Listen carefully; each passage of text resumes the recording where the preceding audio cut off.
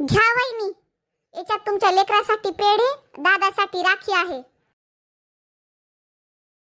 हे घ्या वहिनी, दादासाठी एक चांदीची राखी, भारीचे पेढे आणि काही लेकरासाठी कपडे आणलेत. पूर्ण 10,000चं सामान आहे हे. ताई चला ना, स्वयंपाक झालाय, गरमागरम जेवण लावते तुमच्यासाठी. वहिनी, तुमचा दिमाग तरी जागावर आहे की? आज एवढा मोठा सण आहे आणि मी काय तुमच्या हाताचं जेवण करणार की काय? छोट्या वहिनी, तुम्ही ना दादाला कॉल करा, चांगल्या मोठ्या हॉटेलमधून जेवण ऑर्डर करायला सांगा दादाला.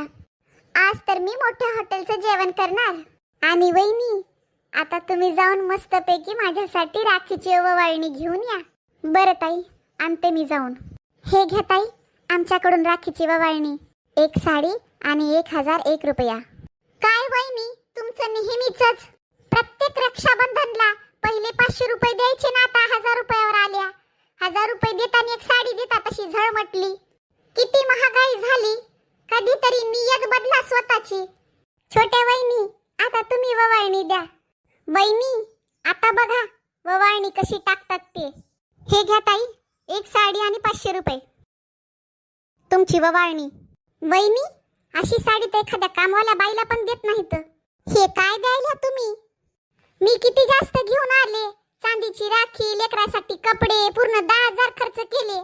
ओ मोठ्या वहिनी, बघा ह्या काय द्यायला ता. मी किती खर्च केला याच्यावर. ताई, तुम्ही माहेरामध्ये याच्यासाठी घेऊन येता काय की वहिनीनं तुम्हाला डबल दिलं पाहिजे म्हणून? अशी लालची नंद आम्हाला नाही पाहिजे, जे की राखी बांधायला पण भावांमध्ये भेदभाव करते.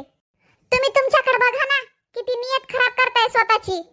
असं आहे ना की ताई, तुम्ही जे 10,000चं सामान घेऊन आलात ना, ते तुम्ही वापस घेऊन जा.